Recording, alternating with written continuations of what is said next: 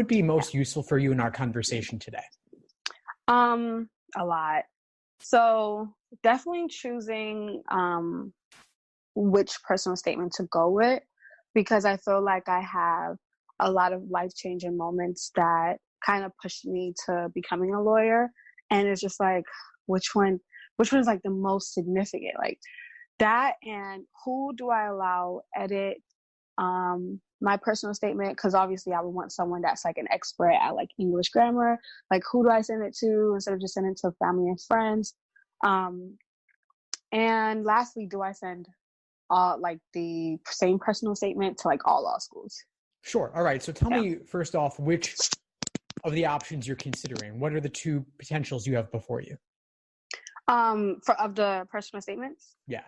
So for one of them is how I basically came to know about equality and freedom within my household. So being born of Nigerian parents, I was always taught to believe like, as a girl, you should, as a girl, you should. So how that kind of like shaped me to becoming the woman I am today, that it goes beyond gender and things like that.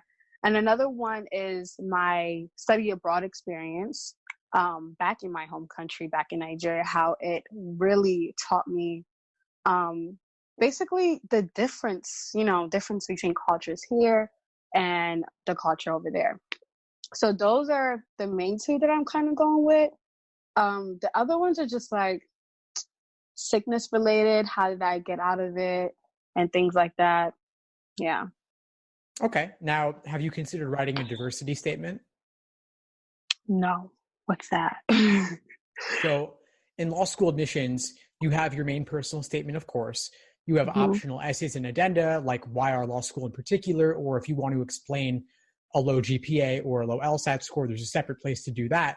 But everyone also has the option to write a diversity statement talking about the diversity they would bring to the campus based upon their background or some other characteristic. And so out of the options you're considering for your personal statement, I wonder if maybe you could do both of them. Just choose one to be your personal statement and designate the other one as your diversity statement. Oh, that's a good idea. So do all law school applications give you that option? As far as I'm aware, virtually every law school offers something like that. Okay. I could definitely do that then. And so currently I'm just in my like free write process. So it's definitely long. Like a lot of them are like 3 to 4 pages, sometimes 5. And to me, I feel like every detail is important. So I don't know how do I like navigate as to what to cut out? That's kind of like the editing, like making it shorter. How do I go about that? Sure. So a lot of it does come down to your personal judgment about this. And one general guideline I can give you is if it's not about you, that's a prime candidate for cutting out. A lot of times personal statements end up being about other people or being objective descriptions of situations when it should really be a way for us to get a window into who you are.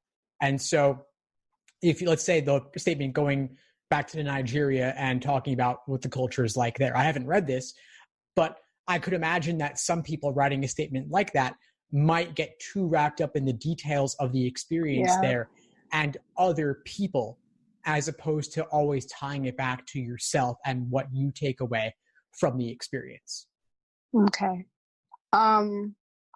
That's a good idea, because I definitely did find myself writing about the people I met and what the kind of hardships that I faced. So I definitely should cut that out. There was another question I had. Hold on, I have like a little note. Oh, do you offer editing and review like resources, help is it for a price or? Yes, I do. It is for a price, of course. And I can send you a link after this conversation with details on the different options of how we could potentially work together. And this comes back to the question you were saying about who do I get to look at it? Yeah. You can certainly ask friends and family, but first off, they'll probably just tell you it's great. And they're also not looking at it with a critical eye. And it may well be great, but we want to make it as good as possible, as close to perfection as possible. And that requires a little bit of distance and a little bit of objectivity, and also knowing what admission officers are looking for, not just how to make it a better piece of writing in general in terms of copy editing or inserting commas and things like that. I'm thinking bigger picture here. Okay. And typically, how long do you think it should take, or does it take, for someone to even get to that point of a perfect personal statement? Yeah, writing's never perfect. It's never going to be reaching some ideal. We just look to make it as good as possible. And part of that is making it concise, but jam-packed, full of what really matters. And so you're saying 3, 4, 5 pages, how do I cut it down? That's something that requires making some tough decisions. But what I like to do is make it long like you did, then cut it down, then make it long again, then cut it down again. So we go through several revisions, several rounds, so that the ultimate 2 pages you end up with made it through the cutting block when a lot of things didn't make it. So every word counts in that final draft. That's what we're looking to achieve. Got it. So I have not yet applied to any law schools. When you upload your is a personal statement uploaded on the LSAC website? Yeah. And if so, do like all law schools that you're applying to kind of see that you're applying with the same personal statement? They don't see what each other are getting, but okay. You do want to, at some point, indicate somewhere on your application why their law school in particular. And so to your question about should I say include different versions for different law schools, if you are saying I want to go to, just to make up one like Harvard, I want to go to Harvard because XYZ, of course you don't want to mistakenly mention that in another school's application. It's a really common mistake. They see it all the time, and of course it never looks very good. Now, if you had a top LSAT and GPA, maybe they would look past it, but overall it could be a deal breaker because it's one of those like attention to detail sorts of things. And so I would be really careful about that and note specifically where you're saying insert X school here so that you are changing it, of course, every single time. So those schools that do not really give you a guideline to your personal statement, which one would you think it's recommended? A personal statement about yourself, or like why I want to be a lawyer, or why I want to go to school? Or is it just really up to your, opinion?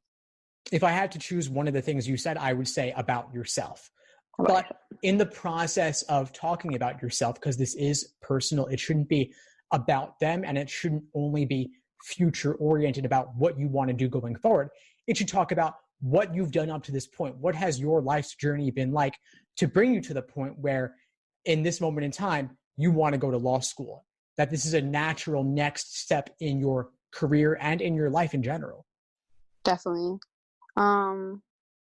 I think that was all my questions. Oh, another question. How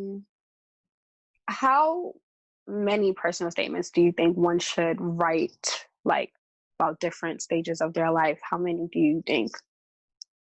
Well, you only need one for law school. If you're talking about writing a few different drafts of different topics and then picking your favorite one, I think 3 would be sufficient. But ultimately, like for your situation, we've got 2 potential topics, and I suggest you make one of them the personal statement, another the diversity statement, and then if your situation requires writing some sort of addendum on some matter, you could talk about that too, make that a separate statement. But typically a law school application will involve anywhere from 2 to 4 different pieces of writing, and that will vary based on your individual circumstance. Okay. All right. That was all my questions. This really helped.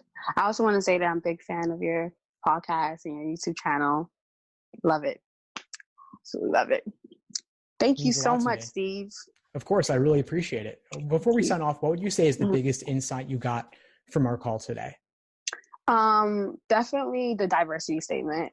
I saw I saw it on some applications, but I definitely did not read into it. So you definitely made it easier for me to also write about my experience in Nigeria, and also a personal statement that had nothing to do with Nigeria, and kind of submit that in both of them. So that helped me out. And the other one was definitely the writing tips, because I was kind of hesitant. Should I pay someone to help me edit it? Should I send to like teachers that probably won't even like do like the best editing, just kind of read, skim through it, or just go with the flow. So you encourage me to invest in myself, most definitely.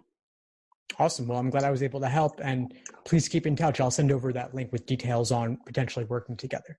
Okay. Thank you so much.